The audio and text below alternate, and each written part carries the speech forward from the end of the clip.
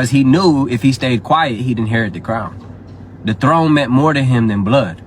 And when Queen Elizabeth died, James became king of both Scotland and England.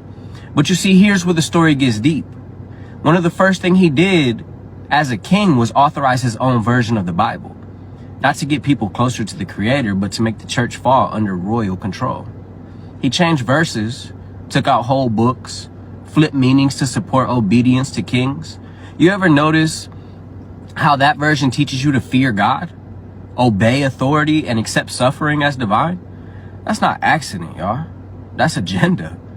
And on top of that, King James wrote a whole book on demonology. He was obsessed with witches and spiritual control. He ran witch trials and executions like it was sport. That's who edited the word, y'all. The man who let his mama die to secure a crown is the same man who shaped generations of spiritual belief. Now ask yourself, if the foundation is corrupted, what happens to everything built on top of it? This ain't about throwing shade at people's faith. It's about knowing the source of where it came from. You got divine power inside of you, and it didn't come from a king. It came from the Creator itself. And that don't require no permission, family. We got to stop following systems that were never made to set us free.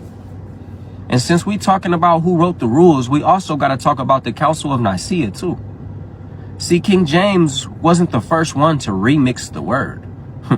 He was just continuing a play that started way back in 325 AD. That's when Emperor Constantine called together a group of bishops, not to connect the Creator, but to unify an empire that was falling apart. They weren't trying to find truth, family. They were trying to control people. So what did they do? They sat in a room, a literal room, and voted on what God should look like.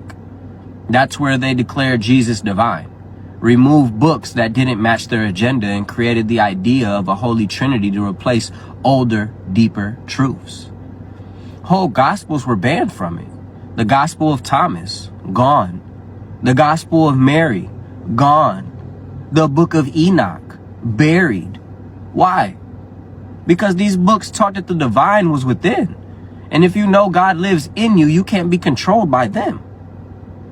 You see, Constantine wasn't even baptized until his deathbed. He didn't care about the word, he cared about power.